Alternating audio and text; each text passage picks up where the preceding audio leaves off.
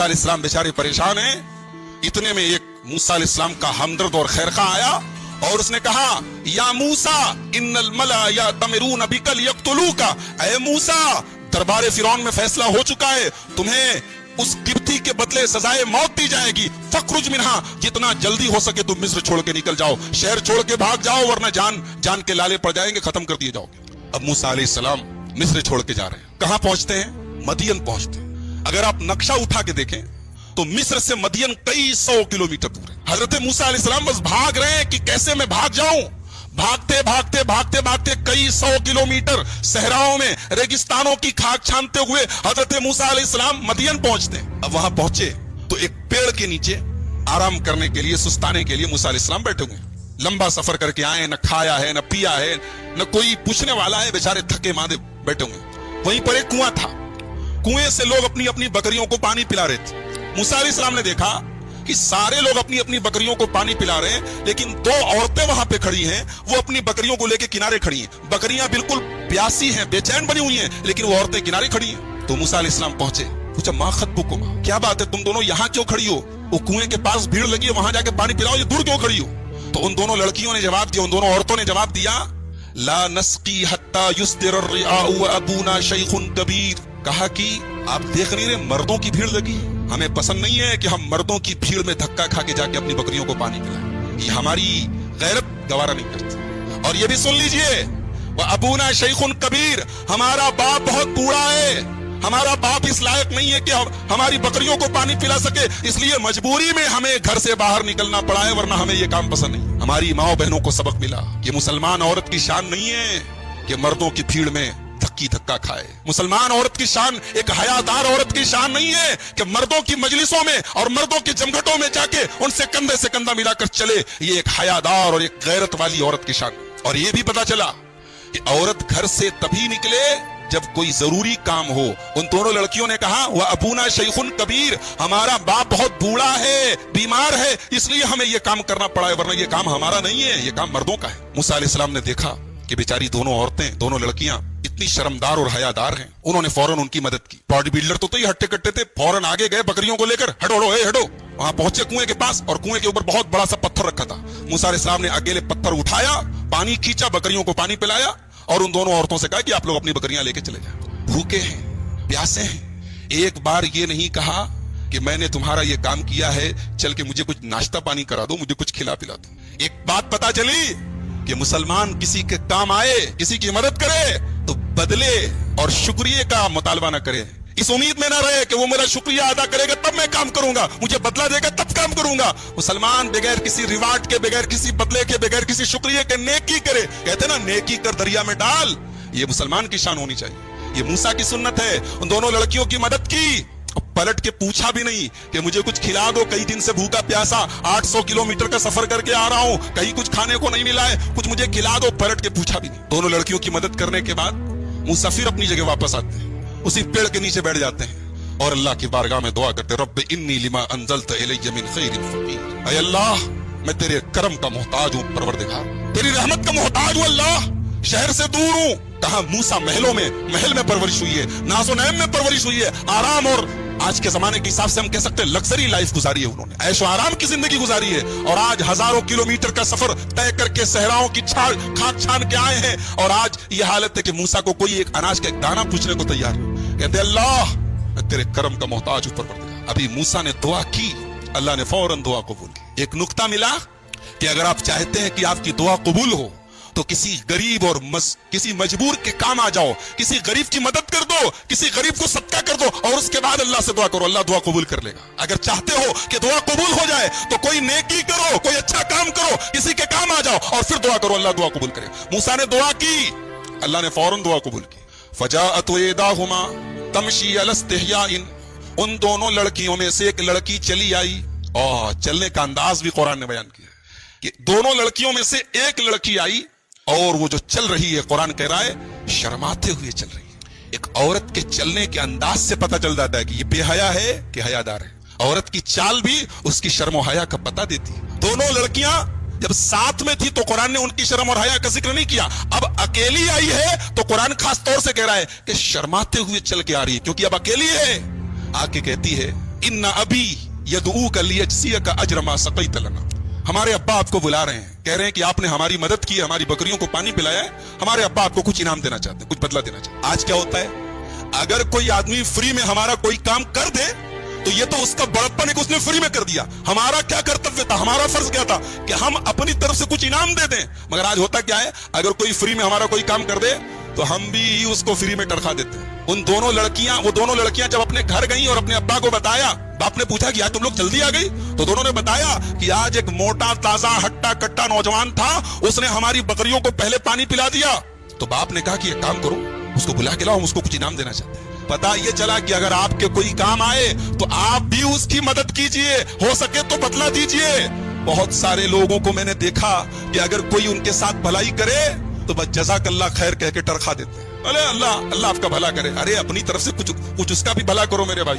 तो मूसा अलैहिस्सलाम भूखे प्यासे बेचारे हैं, लड़की आई, बोली अब्बा हमारे बुला रहे हैं। मूसा ने कहा ठीक है आप आगे चलिए, मैं पीछे रहता हूँ। अब वो लड़की चल रही है, मूसा अलैहिस्सलाम पीछे पीछे चल, पलट के एक बार उस लड़की को देख भी नहीं रहे। लड़की घर पहुंची। वो लड़की किसकी लड़की थी? हजरत शुएब की लड़की थी। अब ये शुएब कौन थे?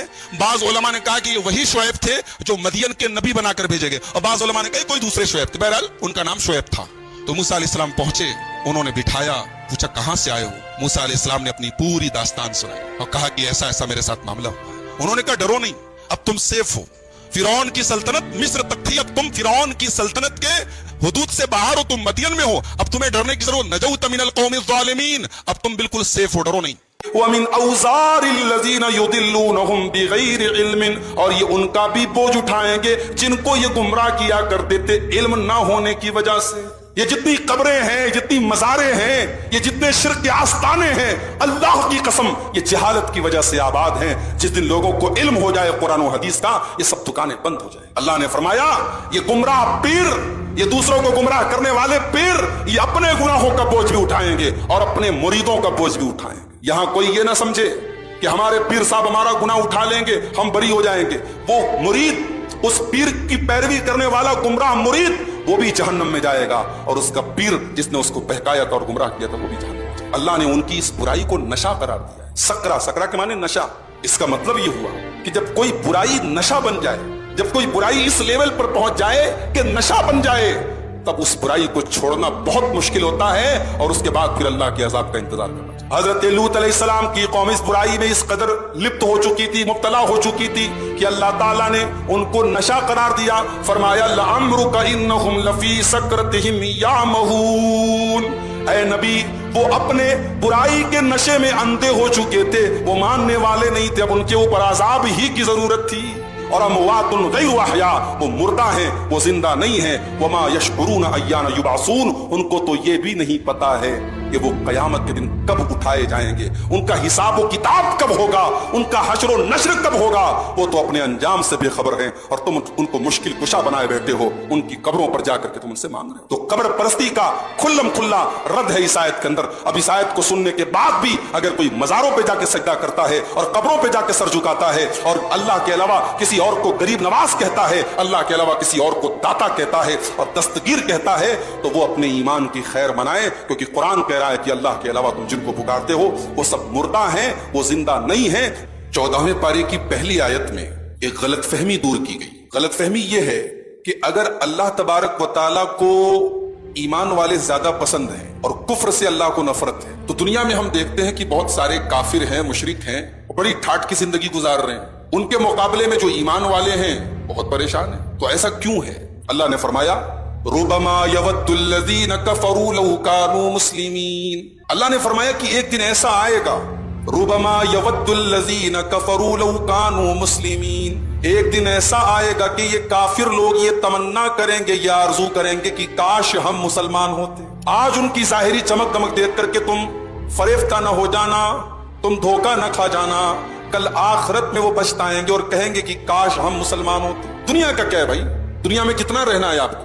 दुनिया की आरजी जिंदगी को आप आखिरत पर तरजीह तो नहीं दे सकते, वो परमानेंट जिंदगी है, और वहां काफिर का और मुशरिक का अंजाम बहुत बुरा होने वाला है। दुनिया में जो इंसान ईमान को बचा के लेके चला गया, कल कयामत के दिन उसकी खुशी का कोई ठिकाना नहीं होगा। और जिसने दुनिया में सब कुछ पा लिया और ईमान से महरूम रहा, वो कल अल्लाह की बारगाह में कहेगा कि काश मैं मुसलमान होता। फरमाया ज़रहुम ذرهم یاکلوا ویتمتعوا ویلہہم الامل فسوف یعلمون۔ اے نبی ان کافروں کو ان کے حال پر چھوڑ دو، ان کو کھانے پینے دو، ان کو موج مستی کرنے دو، ان کو مزے لینے دو۔ ذرهم یاکلوا ویتمتعوا ویلہہم الامل، ان کو 3 کام کرنے دو، یہ کھائیں گے پیئیں گے۔ ذرهم یاکلوا، یہ کھائیں گے پیئیں گے، ویتمتعوا، اور لذت اٹھائیں گے، فائدہ اٹھائیں گے، ویلہہم الامل، اور لمبے لمبے پلان بنائیں گے، لمبی لمبی امیدیں باندھیں گے۔ یہ 3 چیزیں کافروں کی علامت۔ کھانا پینا، یہ ہم بھی کھاتے پیتے ہیں، کھانا پینا ہمارے لیے حرام تو نہیں ہے، مگر جو کھانے کو زندگی کا مقصد بنا لے، جس کی زندگی کا مقصد صرف کھانا پینا ہو، صرف انجوائے کرنا ہو، ٹو ایٹ ٹو انجوائے، کھانا پینا ہے، انجوائے کرنا ہے، اور لمبے لمبے پلان بنانا ہے۔ یہ 3 کام اہل ایمان کے نہیں ہوتے۔ ایک مومن کو معلوم ہوتا ہے کہ اس کی زندگی کا ایک ٹارگٹ ہے، اس کی زندگی کا ایک مقصد ہے۔ کیا مقصد ہے؟ اللہ کو راضی کرنا۔ میں اسی لیے مسلمان، میں اسی لیے نمازی، میری زندگی کا مقصد تیرے دین کی سرفراز۔ اللہ نے فرمایا کہ ایک دن آئے گا کہ کافر لوگ تمنا کریں گے کہ کاش ہم مسلمان ہوتے۔ اے نبی آج ان کو کھانے پینے دو، انجوائے کرنے دو، اور لمبے لمبے پلان بنانے دو۔ فسوف یعلمون، ایک دن آئے گا ان کو اپنا انجام معلوم ہو جائے گا۔ اس کے بعد قرآن کریم کی ایک خصوصیت بتائی گئی۔ آسمانی کتابیں تو اور بھی ہیں نا، تورات بھی ہے، انجیل بھی ہے، زبور بھی ہے، مگر ایک خصوصیت ہے جو قرآن کو حاصل ہے۔ کیا ہے وہ؟ انا نحن نزلنا الذکر وانا لہ لحافظون، بے شک اس قرآن کو ہم نے اتارا ہے اور اس قرآن کو کی حفاظت کرنے والے بھی ہم ہیں۔ ساری دنیا مل کر کے اس قرآن کے نسخوں کو جلا ڈالے، قرآن کو مٹی میں دفن کر دے، تب بھی 4-5 سال کا بچہ جو قرآن کا حافظ ہے وہ کھڑا ہو کر کے الحمدللہ رب العالمین سے لے کر کے من الجنۃ والناس تک پورا قرآن پھر سنا دے گا۔ یہ ہے اللہ کی حفاظت کا سسٹم، یہ حفاظت اللہ نے رکھی ہے، دنیا کی کسی اور کتاب میں یہ مثال نہیں ملتی کہ اتنی۔ ایک تو بھائی ہم ہندوستانیوں کے لیے تو عربی ظاہر فورن لینگویج ہے نا، ہماری مادری زبان تو نہیں ہے، ہماری زبان بھی نہیں ہے۔ ہمارا 5 سال کا بچہ جو عربی زبان نہیں جانتا وہ قرآن 114 سورتیں 6000 سے اوپر کی آیتیں یاد کر لیتا ہے، اور ایسا یاد کرتا ہے کہ ایسا نہیں ہے کہ ملتا جلتا چل جائے گا، ایکزیکٹ یاد کرتا ہے۔ اس کو جو یاد کرایا جاتا ہے ایکزیکٹ یاد کرایا جاتا ہے۔ دنیا کے 100 حافظ آپ کو ملیں گے، اگر ایک حافظ نے بھی کہیں کوئی آیت غلط پڑھ دی تو فوراً 99 حافظ ٹوک دیں گے صاحب آپ غلط پڑھ۔ یہ ہے اللہ کی حفاظت۔ انا نحن نزلنا الذکر وانا لہ لحافظون، بے شک اس قرآن کو ہم نے نازل کیا ہے اور اس کی حفاظت بھی ہم ہی کرنے والے ہیں۔ اب ایک سوال یہ پیدا ہوا کہ تورات بھی تو اللہ نے نازل کی، انجیل بھی اللہ نے نازل کی، زبور بھی اللہ نے نازل کی، قرآن سیف ہے، یہ کتابیں سیف کیوں نہیں ہیں؟ تورات میں تبدیلی کیسے ہو گئی؟ انجیل میں چینجنگ کیسے ہو گئی؟